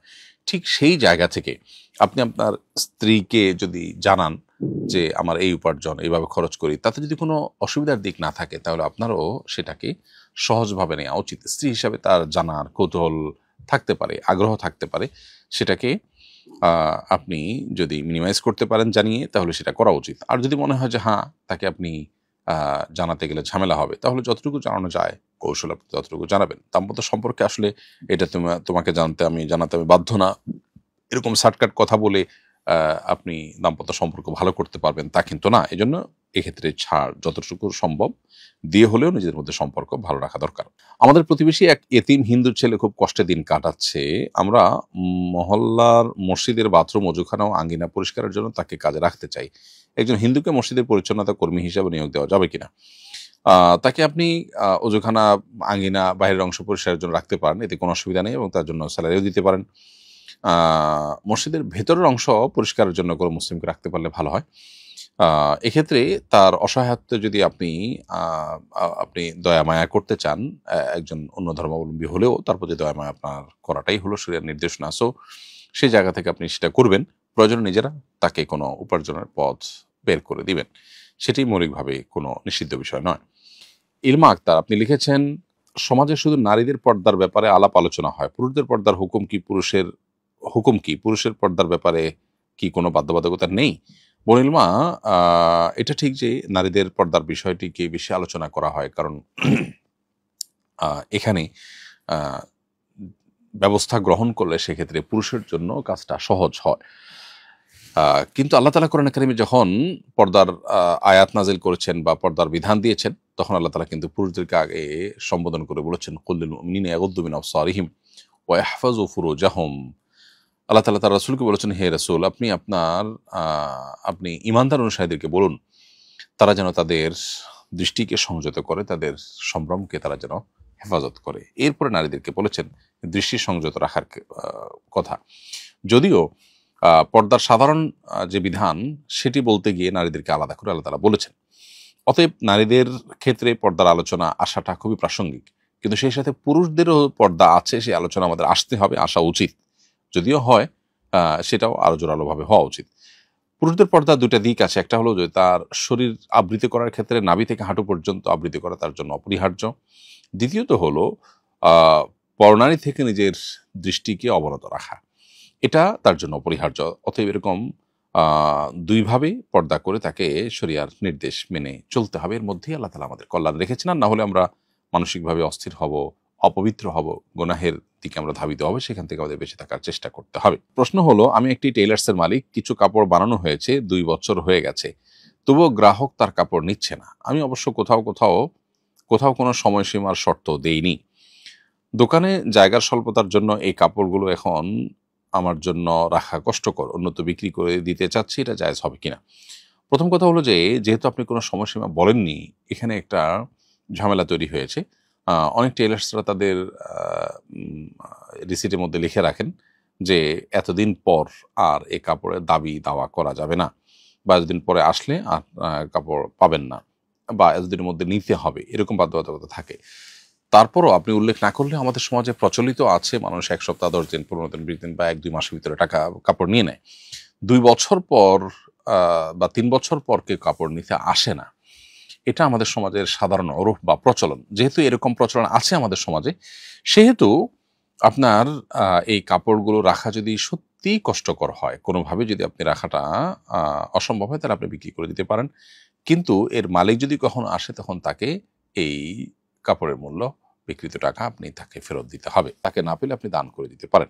তকি আহমদ আপনি লিখেছেন, আমাদের অফিসের পাশেই বড় মসজিদ রয়েছে, মসজিদ রেখে অফিসে ঘরোয়াভাবে নামাজ পড়ার বিধান কি? ভাই তকি আহমেদ, মসজিদে গিয়ে নামাজ পড়াটা সুন্নাতে মুআক্কাদা। বিনা ওজরে মসজিদের পরিবর্তে বাসা বাড়িতে বা অফিসে নামাজ পড়া অনুচিত। যদি এমন হয় যে অফিসে অনেক লোকজন আছেন, তারা সবাই মসজিদে যাওয়া আসা, এটাতে অনেক বেশি সময় ব্যয় হবে, বরং তারা এখানে পাঞ্জেগানা মসজিদের অ্যারেঞ্জ করতে পারেন, তাহলে সেক্ষেত্রে অফিসে জামাত করতে পারেন। কিন্তু বাসা বাড়িতে নামাজ পড়ে নেওয়া, মসজিদে না যাওয়া, বিশেষ করে এটা অলসতার কারণে হয়ে থাকে, এটা অনুচিত এবং এটা না করা উচিত। বরং ওজরের কারণে যদি হয় যে একান্ত কোনো কারণে যেতে পারছেন না, তাহলে সেক্ষেত্রে বাসা বাড়িতে পড়লেন, সেটি নামাজ হয়ে যাবে। অতএব সুযোগ থাকলে মসজিদে গিয়ে নামাজ পড়া উচিত। আমাদের স্কুলে মাঝে মধ্যে সাংস্কৃতিক অনুষ্ঠান হয়, এতে নাচ গানও গাওয়া হয়। অনুষ্ঠান শুরুতে কোরআন ও অন্যান্য ধর্মাবলম্বীদের ধর্মগ্রন্থ পাঠ করা হয়। প্রশ্ন হলো, যে অনুষ্ঠানে নাচ গান হয়, সেখানে কোরআন পাঠ করলে কি কোরআন অবমাননা হয় না? পুরো অনুষ্ঠানটাই যদি হয় গুনাহের অনুষ্ঠান, তথাকথিত সাংস্কৃতিক অনুষ্ঠানের নামে গান বাজনার অনুষ্ঠানে যদি হয়, তাহলে কিন্তু সেখানে আপনার কোরআন পাঠ দিয়ে অনুষ্ঠান শুরু করা, এটা অনুচিত এবং অন্যায় কাজ। এটা কোনোভাবেই করা উচিত না। এটা কোরআনের সম্মানার্থে কোরআন সেখানে পাঠ করা উচিত নয়। আর যদি ব্যাপারটা এরকম হয় যে না, অনুষ্ঠানটা অন্য সাধারণ অনুষ্ঠান, সেখানে নাচ গানটাও একটা পার্ট, তাহলে অন্য অনেক কাজ হবে, তার অংশ হিসাবে কোরআন তেলাওয়াত করা হলো, কোরআন থেকে তর্জমা করা হলো, মানুষকে দাওয়াত দেওয়া হলো, সেই চেষ্টা করা যেতে পারে। এটা আসলে পুরো বিষয় নির্ভর করে অনুষ্ঠানের প্যাটার্নটা কি তার উপরে। গুনাহের কাজে শুরুতে আল্লাহর নাম নেওয়া বা কোরআন তেলাওয়াত দিয়ে শুরু করা, এটা অবশ্যই এক প্রকার কোরআন অবমাননা। আমিন মাহমুদ আপনি লিখেছেন, নামাজের কাতারে দুজনের মাঝখানে ফাঁকা জায়গায় শয়তান দাঁড়িয়ে থাকে, এটা কি সত্য?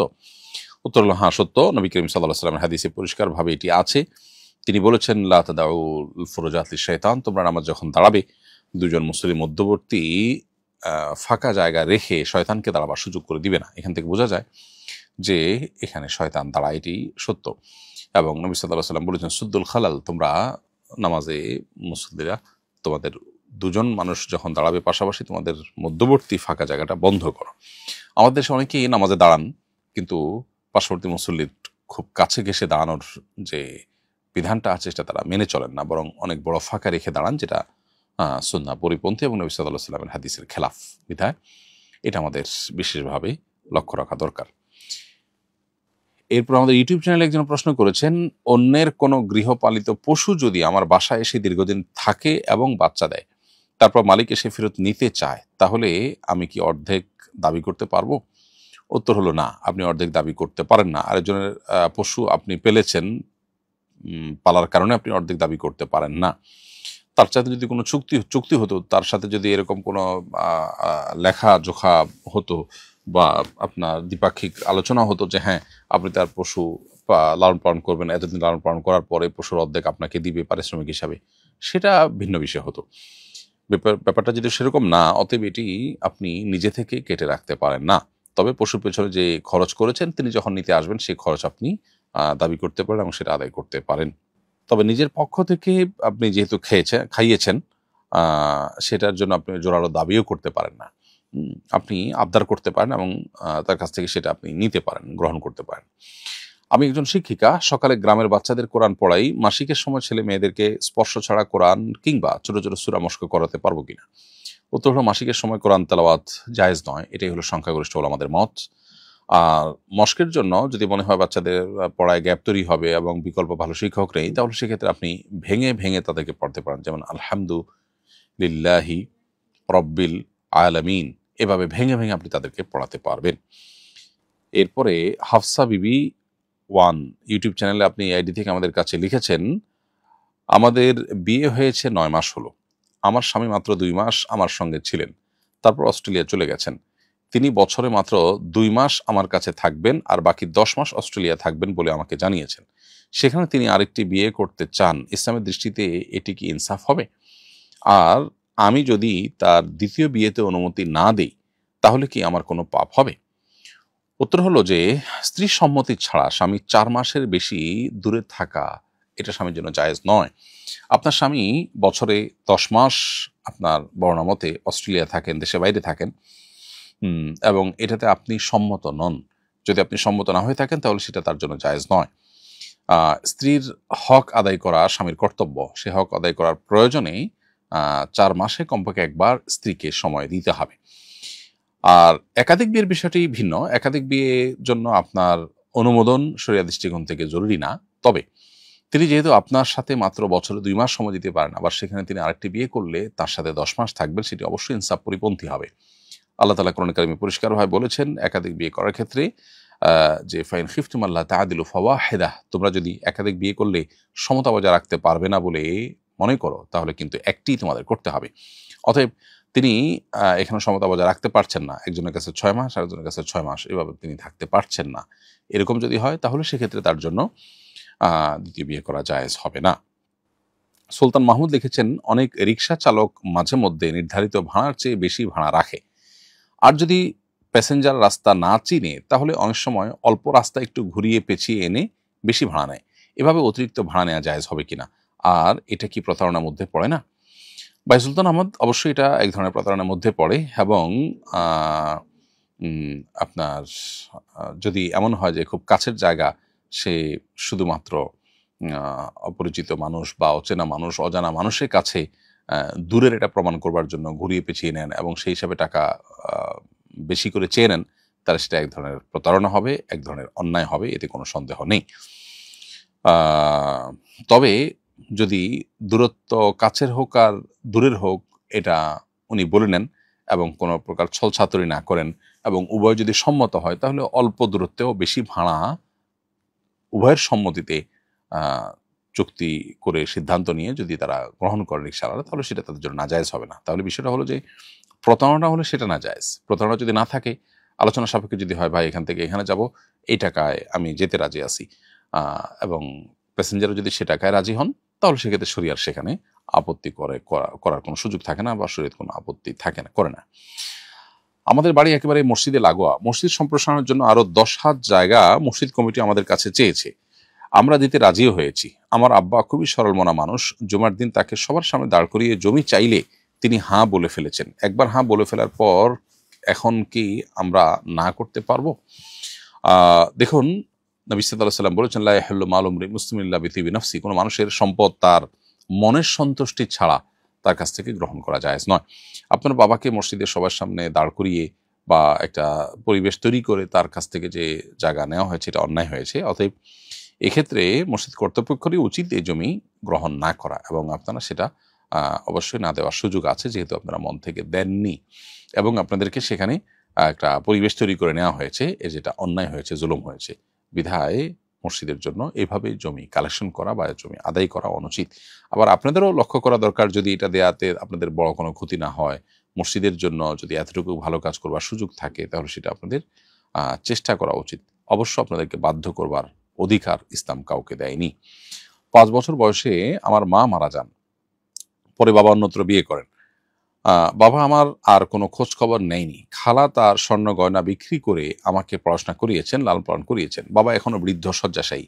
তার সেবা করা কি এখন আমার দায়িত্বের মধ্যে পড়ে? সন্তানের প্রতি বাবা মায়ের এবং বাবা মার প্রতি সন্তানের কর্তব্যগুলো জানাবেন প্লিজ। অনেক বড় প্রশ্ন এটি, অর্থাৎ যে প্রশ্ন উত্তর দিতে বহু সময় দরকার। আমরা খুবই সংক্ষেপ করে যদি বলার চেষ্টা করি, সন্তানের প্রতি বাবা মায়ের কর্তব্য হলো সন্তান এর ভরণ পোষণের ব্যবস্থা করা, তার সুন্দর নাম দেওয়া, তাকে ইসলামিক তারবিয়াত এবং দ্বীনি তারবিয়াত দিয়ে বড় করে তোলা, এবং তার সাথে সদাচরণ করা, দোয়া মায়া করা, সন্তান একাধিক হলে তাদের প্রতি বৈষম্য না করা, এগুলো সন্তানের প্রতি বাবা মায়ের কর্তব্য। আর বাবা মার প্রতি সন্তানের কর্তব্য হলো বাবা মাকে শ্রদ্ধা করা, তাদের ন্যায্য কোনো নির্দেশনা থাকলে সেটা মেনে চলা, এবং তাদের ভরণ পোষণের ব্যবস্থা করা এবং তাদের প্রতি সদাচরণ করা, দয়া পরবশ থাকা, এটা সন্তান হিসেবে বাবা মার প্রতি তাদের কর্তব্য। এখন প্রশ্ন হলো, আপনার বাবা আপনার ছোটবেলায় কোনো হক আদায় করেন নাই, খালা সব করেছেন, সেক্ষেত্রে আপনার করণীয় কি? যে খালা এত কিছু আপনার জন্য করেছেন, আপনি আজীবন সেটার মূল্য পরিশোধ করে যাবেন এবং তার সেটার স্বীকৃতি দিয়ে যাবেন, সেটা আপনার কর্তব্য। কিন্তু সেই সাথে আপনার বাবা যে আপনাকে জন্ম দিয়েছেন, শুধুমাত্র এই জন্ম দেওয়ার ফলেই কিন্তু যিনি আপনার বাবা হয়ে গেছেন, তার প্রতি আপনার দায়িত্ব এবং কর্তব্য কিন্তু অটোমেটিক সৃষ্টি হয়ে গেছে। বিধায় সেটা আপনাকে পালন করার জন্য সচেষ্ট থাকতে হবে এবং সেটি আপনি পালন করে যেতে হবে। বাবা কিছু করেননি, তার দায় তিনি আল্লাহর কাছে অবশ্যই বহন করবেন এবং তিনি আপনার প্রতি যে হক নষ্ট করেছেন সেটার জন্য আল্লাহর কাছে দায়ী থাকবেন। বরং আপনি বাবাকে যদি মাফ করে দেন যে তিনি অন্যায় করেছেন, তাহলে সেটা হবে আপনার মহানুভবতা। আর আপনার জায়গা থেকে তার প্রতি সদাচরণ করাও দরকার এবং সাধ্য অনুযায়ী বাবা হিসাবে তার সেবা করা, আর্থিক সঙ্গতি থাকলে সেটা দিয়ে তার সহযোগিতা করা, অন্য কোনোভাবে তার শুশ্রূষা, তার সেবা, তার খোঁজখবর নেওয়া, তার কাছে যাওয়া, এই কাজগুলো আপনার করা দরকার। এটা গিভ অ্যান্ড টেকের বিষয় নয় যে বাবা করলে আমি করব, তিনি না করলে আমি করব না। তো এই সম্পর্ক তো অন্য 10 জনের সাথেই। কেউ আপনার প্রতি সদাচরণ করলে আপনি তার প্রতি সদাচরণ করবেন, এটা তো অন্য 10 জনের সাথে। কিন্তু বাবা যিনি, অথবা রক্ত সম্পর্কীয় যারা, তাদের শুধু রক্ত সম্পর্কীয় মানুষ হওয়ার কারণেই তাদের একটা কর্তব্য, তাদের প্রতি একটা কর্তব্য চলে আসে। বিধায় সেই কর্তব্য আপনাকে আদায় করার চেষ্টা করতে হবে। আশরাফুল ইসলাম আপনি লিখেছেন, বাবা স্কুলের নির্ধারিত টাকা ছাড়া আমাকে আর কোনো টাকা দেন না। আমার কোচিং খরচ 500 টাকা। যদি আমি কোচিং খরচের নামে বাবার থেকে 1000 টাকা নেই, তাহলে এটা কি হারাম হবে? আশরাফুল ইসলাম, অবশ্যই স্পষ্ট মিথ্যা কথা বলা হারাম, ইসলাম সেটার অনুমোদন করেন আমাদের জন্য। অতএব আপনি মিথ্যা কথা হলে বাবার কাছ থেকে টাকা নিতে পারেন না। তবে বাবাকে বুঝিয়ে আপনার প্রয়োজনের কথা বলে আপনি টাকা নেওয়ার চেষ্টা করবেন, আর প্রয়োজনে আপনি কষ্ট করবেন, তাহলে মিথ্যা বলবেন না। ইসলাম আমাদেরকে কোনো অবস্থাতেই কিন্তু মিথ্যা বলার অনুমোদন দেয়নি। এরপর আমাদের ইউটিউব চ্যানেলে একটি প্রশ্ন করেছেন একজন, সেটি হলো হাফেজে কোরআনের মর্যাদা জানতে চাই। হাফেজে কোরআনের মর্যাদা সম্পর্কে আবু দাউদে বর্ণিত একটা হাদিস আছে, আব্দুল ইবনে আমর রাদিয়াল্লাহু বর্ণনা করেছেন যে নবী করিম সাল্লাল্লাহু আলাইহি ওয়াসাল্লাম বলেছেন, কিয়ামতের দিন কোরআন ধারণকারী ব্যক্তিকে বলা হবে, ইকরা ওয়ারতাকি ওয়ারাত্তিল কামা কুনতা তুরাত্তিলু ফিদ দুনিয়া। তুমি তেলাওয়াত করো এবং তেলাওয়াত করে তোমার মর্যাদা বৃদ্ধি করো, তার তিলের সাথে, শুদ্ধতার সাথে, সুন্দর করে দৃঢ়তার সাথে তেলাওয়াত করো যেভাবে দুনিয়াতে করতে। ফাইন্না মানজিলাকা ইনদা আখিরি আয়াতিন তাকরাউহা। আজ তেলাওয়াত করতে করতে যেখানে গিয়ে তুমি থামবে, এই তোমার আয়াতের শেষ প্রান্ত যেখানে গিয়ে থামবে, প্রত্যেকটা আয়াতে তোমার মর্যাদা বৃদ্ধি পাবে এবং তোমার অবস্থান ঠিক সেখানে গিয়ে থামবে। এখান থেকে বোঝা যায় যে হাফেজ কোরআনের মর্যাদা কিয়ামতে কত বেশি হবে। অতএব আল্লাহ তাআলা যাকে যতটুকু সাধ্য দিয়েছেন তিনি ততটুকু কোরআনের হিফজ করার চেষ্টা করা দরকার। এরপরে প্রশ্ন হলো, আমি একটা হোটেলে মালিক, সাধারণত আমরা খাবারের সঙ্গে সালাদ দেই, কিন্তু আমি কর্মচারীদের বলি যে সবাইকে নয়, বরং যাদের মনে হবে একটু এলিট তাদেরকে দিবে। বড় ভাই বললেন, অল্প হলেও এর মাধ্যমে তুই অন্যের হক মেরে খাচ্ছিস, কিয়ামতের দিন মাপ পাবি না। বিষয়টা কি এমন, নাকি সালাদ যেহেতু ফ্রি দেই আমরা যাকে ইচ্ছা তাকে দিলাম? অনুগ্রহ করে জানাবেন। উত্তর হলো সালাদ যেহেতু আপনি ফ্রি দিচ্ছেন, অতএব এটা আপনার এখতিয়ারাধীন বিষয়, আপনি কাকে ফ্রি দিবেন কাকে ফ্রি দিবেন না, অবশ্যই এটা আপনার এখতিয়ারাধীন বিষয়। এবং এখানে যদি আপনি কাউকে দেন আর কাউকে না দেন, মৌলিকভাবে কারোর হক আপনি নষ্ট করেননি, কারণ তাকে আপনি এটি দিতে বাধ্য নন আপনার ঐচ্ছিক বিষয় হওয়ার কারণে। কিন্তু এটাও ঠিক যে কোনো যৌক্তিক কারণ ছাড়া কাস্টমারের মধ্যে এই যে বৈষম্য করছেন, একজন এলিট হওয়ার কারণে তাকে দিচ্ছেন, আর একজন সাধারণ মানুষ হওয়ার কারণে তাকে দিচ্ছেন না, অথচ উভয়ের কাছে আপনি ব্যবসা করছেন সমান্তরালভাবে। তো উভয়ের কাছ থেকে আপনি লাভবান হচ্ছেন সমানভাবে, কিন্তু দেওয়ার ক্ষেত্রে শুধুমাত্র একজন এলিটকে আপনি দিচ্ছেন, অর্থাৎ যার টাকা দিয়ে কিনে খাওয়ার সামর্থ্য আছে তাকে আপনি দিচ্ছেন, আর যার টাকা দিয়ে কিনে খাওয়ার সামর্থ্য নাই তাকে আপনি দিচ্ছেন না। এটা অবশ্যই আপনার সিদ্ধান্তগত ত্রুটি এবং নৈতিক অবস্থান এর জায়গা থেকে এটি অনুচিত। তবে এর কারণে আপনি গুনাহগার হচ্ছেন বা কারো হক মেরে খাচ্ছেন, ব্যাপারটা সেরকম না। বালেগ হওয়ার আগে পাপ করলে কি গুনাহ হয়? আমার মনে পড়ে তখনও বালেগ হয়নি, কিন্তু ভালো মন্দ বুঝতাম। ওই সময় অন্যের কাছ থেকে আম চুরি করে খেয়েছি, তাতে কি পাপ হয়েছিল? মানুষ নাবালেগ অবস্থায়, অপ্রাপ্তবয়স্ক অবস্থায় গুনাহ করলে সেটি তার আমলনামায় লেখা হয় না। তারপরও বুঝজ্ঞান হয়েছে, তখন আপনি অন্যের সম্পদ ভোগ করেছেন অন্যায়ভাবে, সেজন্য ওই ব্যক্তি যদি বেঁচে থাকে তাকে সংশ্লিষ্ট আমের মূল্য অথবা যতটুকু আপনি ভোগ করেছেন ততটুকু পরিশোধ করে দেওয়া উচিত। এরপরে প্রশ্ন হলো, আমার স্বামী হঠাৎ করে মারা গেছে গত সপ্তাহে। আমরা উভয়ের পরিবারকে না জানিয়ে বিয়ে করেছিলাম, একটি সন্তানও হয়েছে আমাদের। এখন শ্বশুরবাড়ির পরিবার আমাদের গ্রহণ করছে না। ইসলামী আইনে এই ছেলে কি তার বাবার উত্তরাধিকার হবে না? ছেলে তার বাবার উত্তরাধিকারী অবশ্যই হবে। বাবার সম্পদে তার যে হিস্সা, কোরআনে বর্ণিত হিস্সা, সেটা সে অবশ্যই পাবে। তবে সে যে তার মৃত বাবার সন্তান, সেটি হয়তো প্রমাণ করার মতো বিষয়, সেটা প্রমাণ যথাযথভাবে আপনাকে করতে হবে। সেক্ষেত্রে সন্তান অবশ্যই বাবার সম্পদের ভাগ পাবে। এরপরে প্রশ্ন করেছেন হাসান নুরুজ্জামান, আপনি লিখেছেন আমাদের ইউটিউব চ্যানেলে, মায়ের দ্বিতীয় বিয়ে যদি হয় তাহলে কি মায়ের ওই স্বামী আমার স্ত্রীর জন্য মাহরাম হবে নাকি গায়রে মাহরাম হবে? উত্তর হলো, আপনার মায়ের দ্বিতীয় বিয়ে হলে মায়ের সেই স্বামী আপনার বাবা হিসাবে ধর্তব্য হবে, কিন্তু আপনার স্ত্রীর বাবা হিসাবে ধর্তব্য হবে না। যার ফলে আপনার স্ত্রীর জন্য তিনি না বাবা হিসাবে ধর্তব্য হবেন, না শ্বশুর হিসাবে ধর্তব্য হবেন। আপনার নিজের জন্মদাতা বাবা একমাত্র তার শ্বশুর হিসাবে গণ্য হবে এবং মাহরাম হিসাবে গণ্য হবেন, এবং আপনার মায়ের যে আরেক বিয়ে হয়েছে এবং সেই ভদ্রলোক যিনি আপনার সৎ বাবা, তিনি আপনার স্ত্রীর মাহরাম হবেন না, তিনি আপনার স্ত্রীর জন্য গায়ের মাহরাম হিসাবে বিবেচিত হবেন। প্রিয় দর্শক, দেখতে দেখতে আমরা অনুষ্ঠানের একেবারে শেষ প্রান্তে চলে এসেছি, সময় হয়েছে বিদায় নেওয়ার। আমরা এই প্রশ্ন উত্তর দেওয়ার মধ্য দিয়ে আজকের অনুষ্ঠান শেষ করছি। আর অনেক প্রশ্ন আমাদের কাছে রয়ে গেছে যে প্রশ্ন উত্তর দেওয়া সম্ভব হয়নি। ইনশাআল্লাহ বিদিনিল্লাহ অফিস দিনগুলোতে আমাদের ওলামায়ে কেরাম, প্রশিক্ষিত বিদগ্ধ আলেমগণ আপনাদেরকে রিপ্লাইয়ের মাধ্যমে প্রশ্ন উত্তর দেওয়ার চেষ্টা করবেন। এছাড়াও আমরা অনুষ্ঠানের শুরুতে যেটি বলছিলাম যে আসন্ন ফাউন্ডেশন অফিসিয়াল নাম্বারে প্রতিদিন বাংলাদেশ সময় সকাল 8টা থেকে রাত 10টা পর্যন্ত যে কোনো সময় ফোন করলে আপনার যে কোনো শরিয়া রিলেটেড প্রশ্নের উত্তর আপনি জেনে নিতে পারবেন। একদল প্রশিক্ষিত দক্ষ বিদগ্ধ আলেম এবং মুফতিগণ আপনাদের প্রশ্ন উত্তর দেওয়ার জন্য অপেক্ষমান থাকেন, বিধায় সেখানে আপনাদের প্রশ্ন উত্তর আপনারা জেনে নিতে পারবেন। ইনশাআল্লাহ বিদিনিল্লাহ আগামী লাইভ অনুষ্ঠানে আল্লাহ তাআলা যদি আমাদেরকে সুস্থ রাখেন, স্বাভাবিক রাখেন, দেখা হবে, আবারও কথা হবে।